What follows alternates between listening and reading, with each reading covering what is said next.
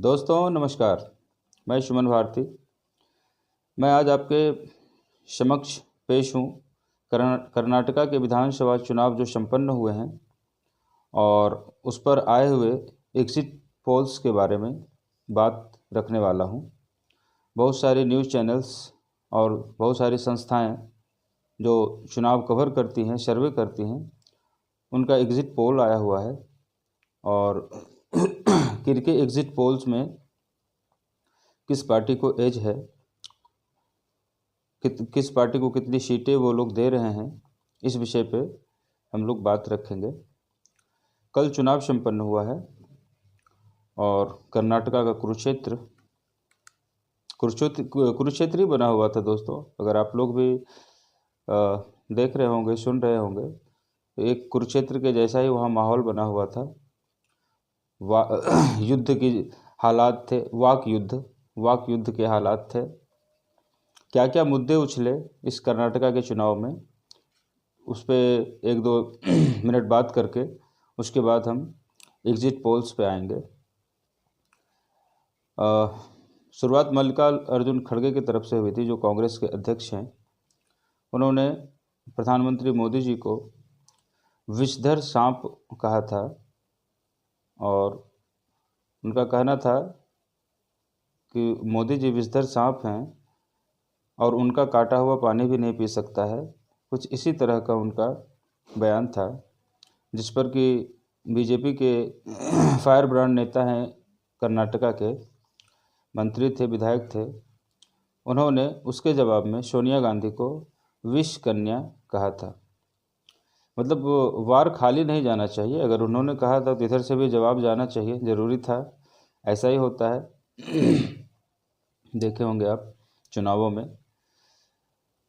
वार पलटवार चलते रहते हैं।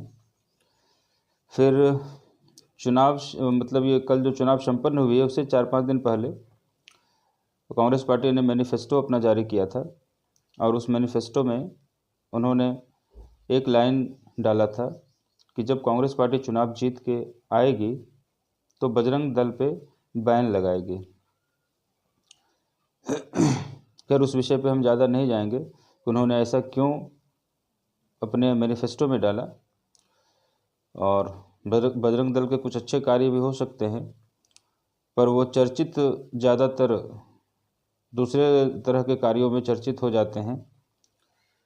मॉब लिंचिंग, मार पिटाई, मतलब हुड़दंग, इस तरह के मामलों में ज़्यादा चर्चित हो जाते हैं। तो शायद यही कारण रहा होगा कि कांग्रेस पार्टी ने अपने मैनिफेस्टो में इस चीज़ को डाला। और पीएफआई का भी बात हो रहा था कि उसके काउंटर के लिए इन्होंने ऐसा किया क्या। तो खैर वो वहाँ की जनता वो सारे विषय पे सुनकर वोट करेगी। तो ये बजरंग दल पे बैन लगाने की बात को लेकर के मोदी जी का जो पूरा चुनावी अभियान जो था कर्नाटका का, इसी मुद्दे पर, इसी विषय पर उनका केंद्रित था।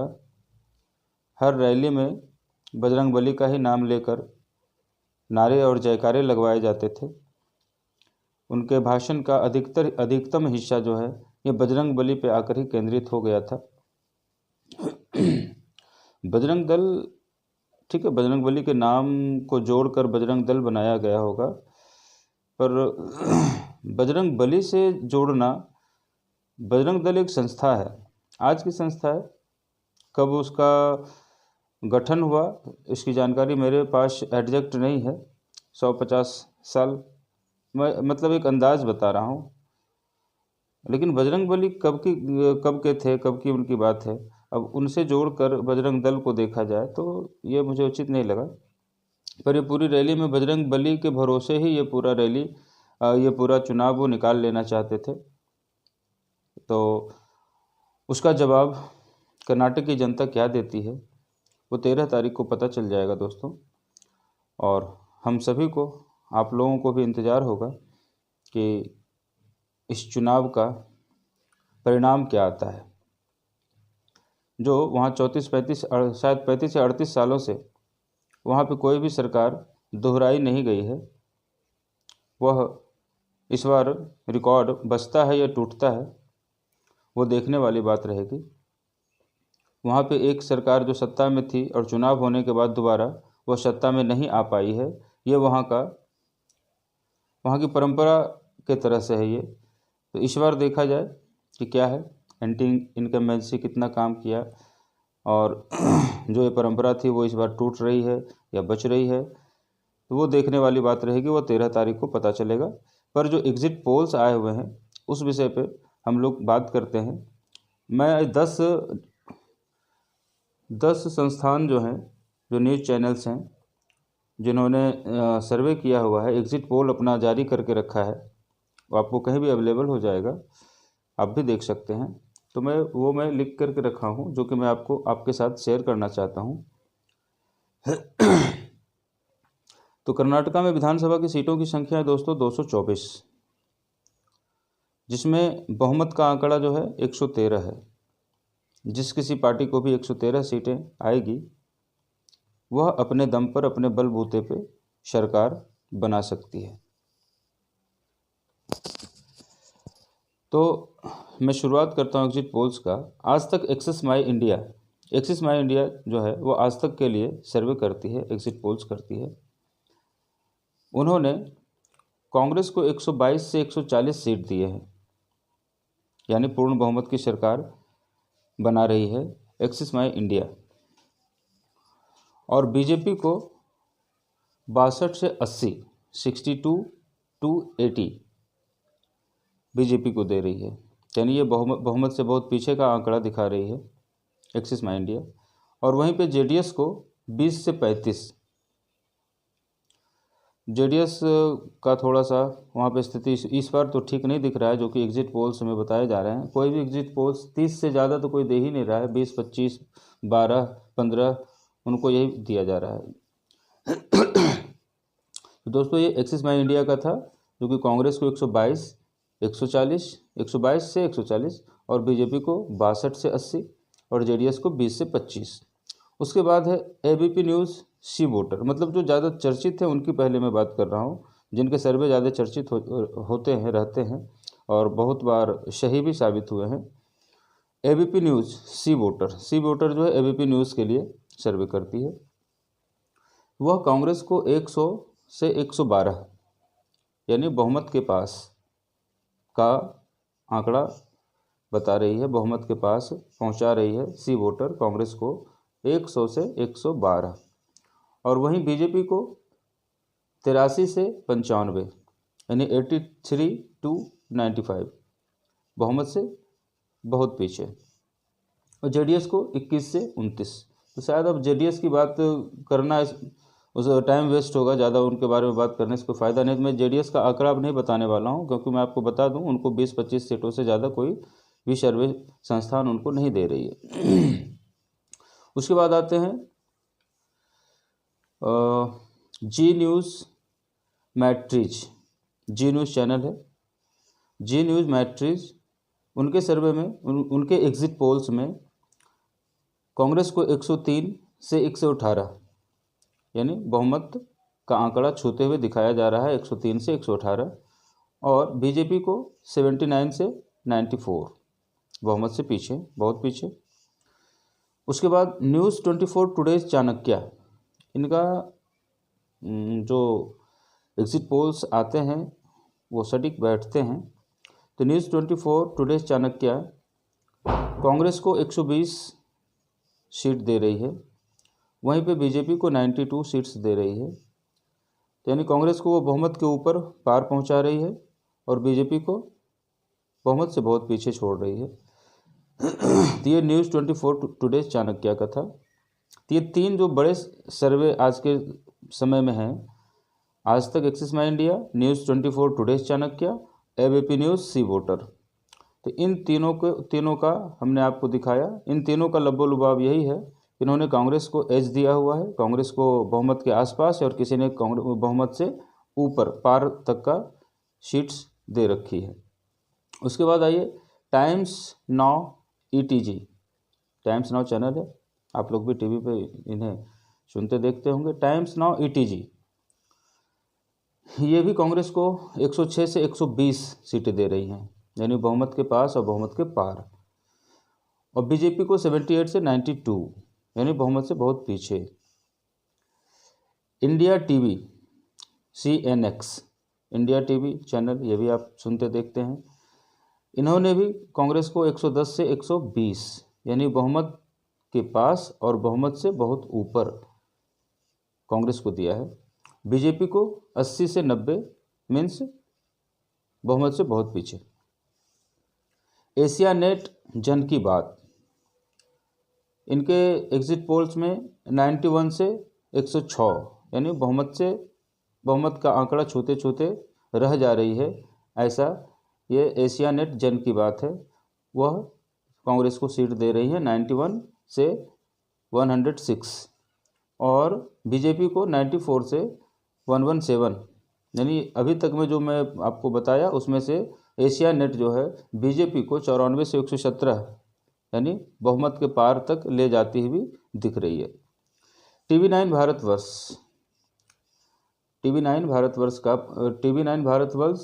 पोल स्ट्रेट, जो मतलब इनका एग्जिट पोल जिनके नाम से आया हुआ है वो है TV9 भारतवर्ष पोल स्ट्रेट।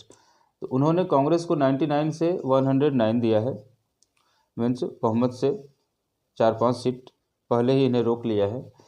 और बीजेपी को 88 से 98 यानी कांग्रेस से सीटें इनकी कम है, मतलब इन्होंने कांग्रेस को आगे सीट दिया हुआ है 99 से 109 यानी 109।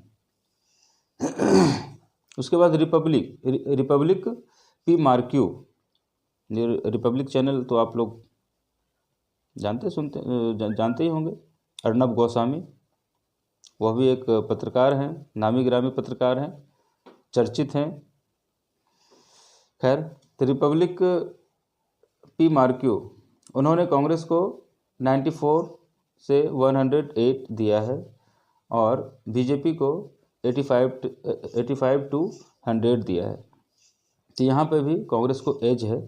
तो दोस्तों, अभी तक मैंने आपको 10 न्यूज़ चैनल्स एग्जिट पोल्स के आंकड़े आपके सामने रखे, जिसमें से कि कांग्रेस को 1 2 3 4 तो स्पष्ट बहुमत बता रही है, मतलब बहुमत के पास है। जैसे जो 112 की जो सीट बता रही हैं उन्हें मैं बहुमत के पास बता रहा हूँ। तीन तो स्पष्ट बता दे रही हैं कि वो बहुमत और बहुमत से ऊपर सीटें उनकी आ रही है। किसकी? तो कांग्रेस की। तो अगर ये एग्जिट पोल्स सही रहते हैं तो इसका मतलब है किन्हीं का भी एग्जिट पोल सही हो जाता है, 1-2, जैसे एशिया नेट जन की बात जो कि 94 से 117 बता रही है।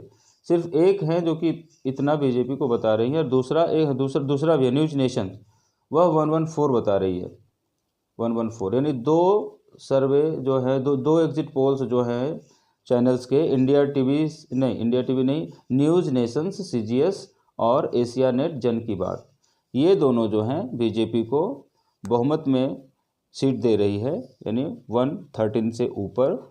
और बाकी जो 8 जो मैं आपको बता रहा हूँ, जिसमें कि 3 क्लियरली कांग्रेस को बहुमत के पार पहुँचा रही है और बाकी रेस्ट जो है वो बहुमत के आसपास पहुँचा रही है।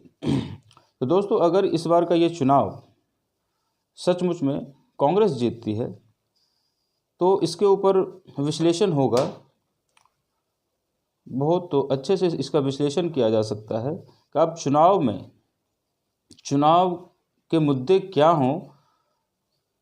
क्या हैं, उस विषय पे आप अगर बात करेंगे तो जनता ज़रूर आपकी ओर झुकाव रखेगी, जनता ज़रूर अपना आपको प्यार देगी, सहयोग देगी, अपने वोट से आपको जिताकर विधानसभा भेजेगी।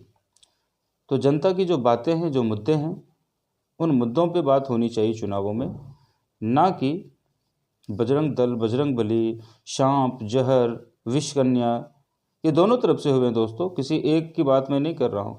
और शीर्षस्थ नेता की ओर से हुई है इन सारी बातें, चाहे वो कांग्रेस के हैं और चाहे वो बीजेपी के हैं। अगर हम बात करें कांग्रेस की तरफ से तो हमारे मीन्स कांग्रेस के जो अध्यक्ष हैं खड़गे जी, उन्होंने मोदी जी को विषधर सांप कहा था। वो मर्यादा के खिलाफ है, इस तरह की बातें नहीं होनी चाहिए, इतनी कटुता नहीं आनी चाहिए। और पलट उनके तरफ से भी जो उनके कर्नाटका के विधायक हैं, फायर ब्रांड नेता हैं वो, उन्होंने भी सोनिया गांधी को विश कन्या बोल दिया। फिर बजरंग दल की बात आई, जिस पे कि ये बजरंग बली के ऊपर ही पूरा कैंपेन मोदी जी का चलने लग गया। तो ये ध्रुवीकरण करके चुनाव जीतना, अब जनता धीरे धीरे समझदार हो, ये एग्जिट पोल्स देखकर ये समझ में आ रहा है कि जनता धीरे धीरे समझदार हो रही है। जो नेता सिर्फ ध्रुवीकरण की बात करेगा तो उसे पीछे छोड़ना ही होगा। जो नेता मुद्दों की बात करे उसके साथ जनता को जुड़ना चाहिए। अगर ये एग्जिट पोल सही होता है तो इसका विश्लेषण यही है कि नेताओं को जनता की बात करनी चाहिए, जनता के मुद्दों की बात करनी चाहिए, उनके सॉल्यूशंस की बात करनी चाहिए। मैं अपने मैनिफेस्टो में वही चीज़ लिखनी चाहिए जो वो 5 साल में रहकर वो पूरा कर सकें। लोक लुभावन वादे कर और अगर वो बातें पूरी ना हो तो वैसे नेताओं को जनता याद रखे और चुनाव के समय में उन्हें पटखनी दे। तो दोस्तों, आज की बात मैं यहीं पे समाप्त करता हूँ। एक्चुअली एग्जिट पोल्स के बारे में बात करनी थी, जो कि मैं 10 संस्थान के एग्जिट पोल्स आपके सामने रख दिए हैं। बाकी अब 13 तारीख को जब इसका रिजल्ट आएगा, काउंटिंग शुरू हो जाएगी, फिर ये सारे पत्ते खुल जाएंगे। दोस्तों, कांग्रेस कर्नाटका के चुनाव में एक मुद्दे को पकड़ के रखी थी और वह मुद्दा था करप्शन का, भ्रष्टाचार का, और बहुत गंभीर आरोप लगा के रखी थी।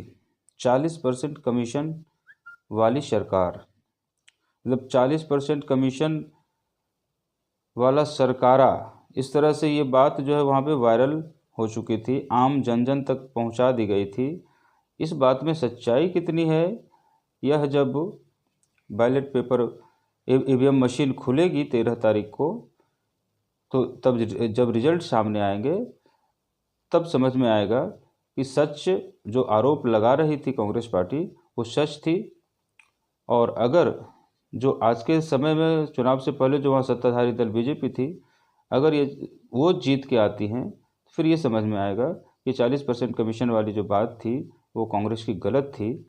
तो इसका हमें इंतज़ार करना होगा 13 तारीख को कि इन लोगों ने जो एक दूसरे के ऊपर आरोप लगाए हैं, या तो मोदी जी के बजरंगबली वाली बात जो कि बहुत ही हाइप किया इस मुद्दे को मोदी जी ने, तो उस मुद्दे पे उन्हें जीत मिलती है, या कांग्रेस जो 40% करप्शन का जो आरोप लगाई थी बीजेपी सरकार पर, बम्बई सरकार पर, उन्हें जीत मिलती है। तब तक हमें इंतज़ार करना होगा। कल का दिन, परसों तो रिजल्ट आना ही है। तो तब तक के लिए धन्यवाद दोस्तों। आपकी भी निगाहें नज़र हो रहेंगी ज़रूर कि कर्नाटक चुनाव में क्या रिजल्ट आने हैं। मेरी भी नज़र उस पर पड़ी हुई है, क्योंकि उस रिजल्ट के आधार पर आगे अभी बहुत सारे चुनाव होने हैं, मध्य प्रदेश, राजस्थान और छत्तीसगढ़। उसके बाद 2024 का भी चुनाव आ रहा है। तो जितने भी राजनीतिक समझ के लोग हैं तो इस चुनाव को बहुत अहम मान रहे हैं।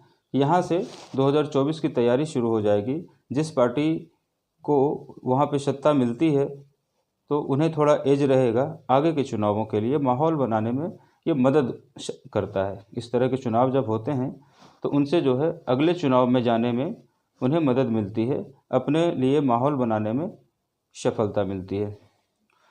तो धन्यवाद दोस्तों। फिर परसों हम लोग जब रिजल्ट आता है तब फिर हम आप लोगों से बातचीत करते हैं। तब तक के लिए धन्यवाद।